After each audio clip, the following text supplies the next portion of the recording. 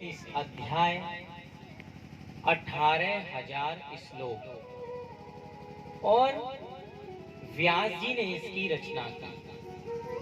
और ये सामान्य कथा नहीं, परमहंसों की संहिता है। परमहंस कौन?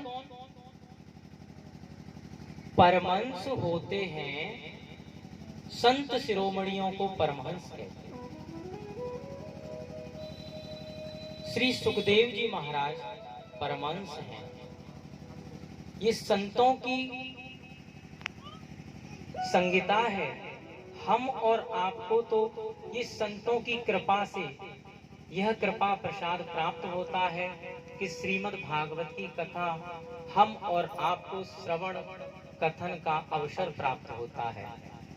कल आपको यह भी बताया कि यह कथा देव दुर्लभ है। स्वर्गे सत्ये च कैलासे, न स्वर्ग में सुलभ, न सत्यलोक में, न कैलाश में। यह अमृतमयी कथा मृत्यु लोक पे हमको सुलभ है। और यह कथा हमारे लिए नहीं, परमहंसों की संगीता है, संतों के लिए है। ये तो संतों का दयालु भाव है, संतों की कृपा है। उस कृपा प्रसाद के रूप में हम और आपको यह श्रीमद् भागवत की कथा प्राप्त होती है। श्रीमद् भागवत कथा का क्या पुण्य होगा?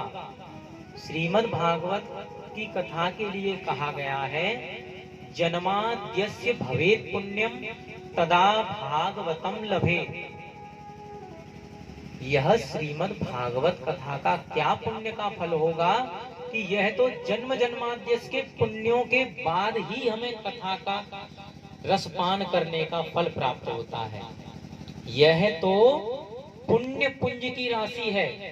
जब हमारे आपके जन्म जन्मांतर, एक जन्म के भी नहीं, कई जन्मों के जब पुण्य एकत्रित होते हैं, जन्माद्यस्य भवेत् पुण्यम, एक जन्म के नहीं, अनेक जन्मों के पुण्य जब उदय होते हैं, तब श्रीमद् भागवत की कथा का लाभ हम आपको प्राप्त होता है।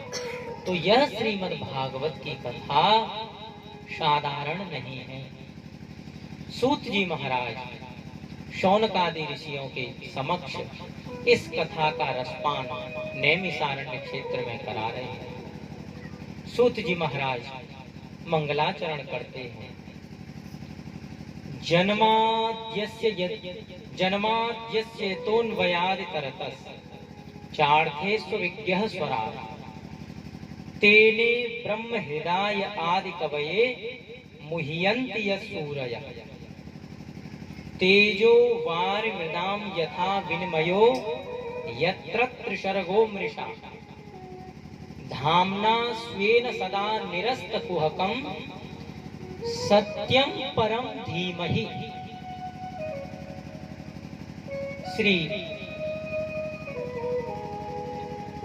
भागवत महापुराण के मंगलाचरण में किसी भी एक इष्ट का नाम नहीं लिया। न राम, न कृष्ण, न नारायण, न शिव। यह श्रीमद् भागवत की कथा किसी एक इष्ट की नहीं। मंगलाचरण में कहा, सत्यम परम धीमहि। हम उस परम सत्य की वंदना करते हैं। परम सत्य की वंदना करने का अभिप्राय किसी एक की वंदना नाम लेके नहीं कर रहे। सत्यम परम धीमहि, जो परम सत्य है, हम उसकी वंदना करते हैं। धर्मः प्रोञ्झित कैतवोत्र परमो निर्मत्सराणां सताम् वेद्यं वास्तवमत्र वस्तु शिवदं तापत्रयोन्मूलनम्। श्रीमद् भागवते महामुनिकृते किं वा परैरीश्वरः सद्यो हृद्यवरुध्यतेऽत्र कृतभिः शुश्रूषुभिस्तत्क्षणात्।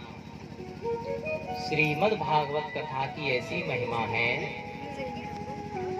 जिस समय हम श्रीमद् भागवत कथा के श्रवण का विचार ही करते हैं, उसी समय हमारे पाप कांपने लगते हैं कि अब यह श्रीमद् भागवत कथा का श्रवण करेगा तो हमारा क्या होगा, हमें तो इसको छोड़ना पड़ेगा। श्रीमद् भागवत महापुराण के श्रवण करने के मात्र संकल्प से ही हमारे पाप ताप कांपने लगते हैं, डरने लगते हैं। और यह श्रीमद् भागवत महापुराण ग्रंथ की महिमा में श्री सूत जी महाराज कहते हैं कि ये ग्रंथ कैसा है। उसके लिए कहते हैं, निगम कल्प तरोर गलितम फलम सुखमुखाद मृत द्रव संयुतम। कैसा है ये ग्रंथ? निगम कल्प तरोर गलितम फलम, वेद रूपी वृक्ष का गलितम फलम परिपक्व फल है। निगम कल्प तरोर गलितम फलम शुकमुखा द्रव संयुतम। और कैसे मालूम पड़ रहा है इतना परिपक्व फल है? क्योंकि इसमें सुखदेव जी के मुख से, सुखदेव जी ने इसका पान कर रखा है। तो जैसे तोते का मुख लगने से आम या अन्य किसी फल की मालूम पड़ जाती है कि यह परिपक्व फल है, मीठा ही फल है, ऐसे ही सुखदेव जी के मुख से इस ग्रंथ का, इस कथा का स्पर्श होने से यह गलित फल, यह परिपूर्ण फल, इसके लिए हमारे लिए यह सुनिश्चित कर दिया कि यह वास्तव में परिपक्व और मधुर मीठा फल है। क्यों?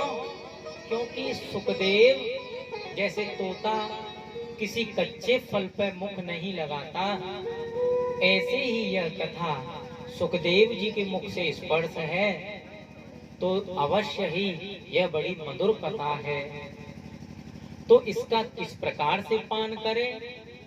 पिबत भागवतम रसमालयम मुहुर्हो रसिका भुवि भावुकः। पिबत भागवतम रसमालयम, रसमालयम रस का घर है ये, इसका पान करो। पान कैसे? श्रवणेंद्रियों से इसका पान करो। पिबत भागवतम रसमालयम, कब तक? मुहुर्हो रसिका भुवि भावुकः, कब तक नहीं, इसका निरंतर जीवन पर्यंत पान करना चाहिए। भगवान की कथा से तृप्त नहीं होना चाहिए, निरंतर भगवान की कथा का हमको श्रवण करते रहना चाहिए। क्योंकि भगवान की कथा श्रवण से क्या होता है? हरिश्चित्रम समाश्रये।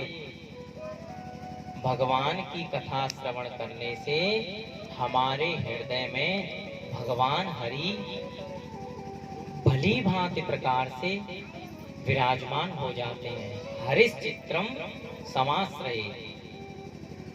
तो इसलिए इस कथा की अत्यंत ही महिमा है।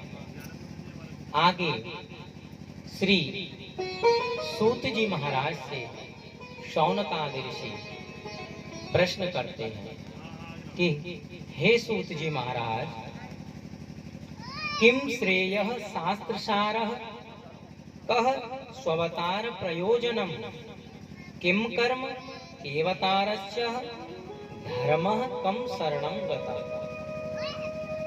हे सूत जी महाराज, किम श्रेयः, क्या श्रेय है हमारे लिए? जो प्रिय मतलब प्रिय, श्रेय मतलब जो सदैव के लिए हमारे लिए है, ऐसा क्या है जो सदैव हमारे लिए एक ही स्थिति में बना रहे, ऐसा जो बदलने वाला नहीं है, ऐसा क्या है श्रेय? किम श्रेय शास्त्र सारः कः, इस शास्त्र का क्या सार है? स्ववतार प्रयोजनम, भगवान के अवतारों का क्या प्रयोजन है और किम कर्म हमको क्या करना चाहिए। केवतारश्च भगवान के कितने अवतार हुए। धर्मः कम शरणम गतः, और जब भगवान धाम इस भूमि को छोड़ के स्वधाम को जाते हैं तो धर्म किसकी शरण जाता है। ऐसे शौनकादि ऋषियों ने सूत जी महाराज से 6 प्रश्न किए। श्री सूत जी महाराज शौनकादि ऋषियों के इन प्रश्नों को सुनकर प्रसन्न हुए। क्यों प्रसन्न हुए? क्योंकि शौनकादि ऋषि नैमिषारण्य क्षेत्र में 88,000 ऋषियों के प्रमुख श्रोता बनकर विराजमान हैं और शौनकादि ऋषियों ने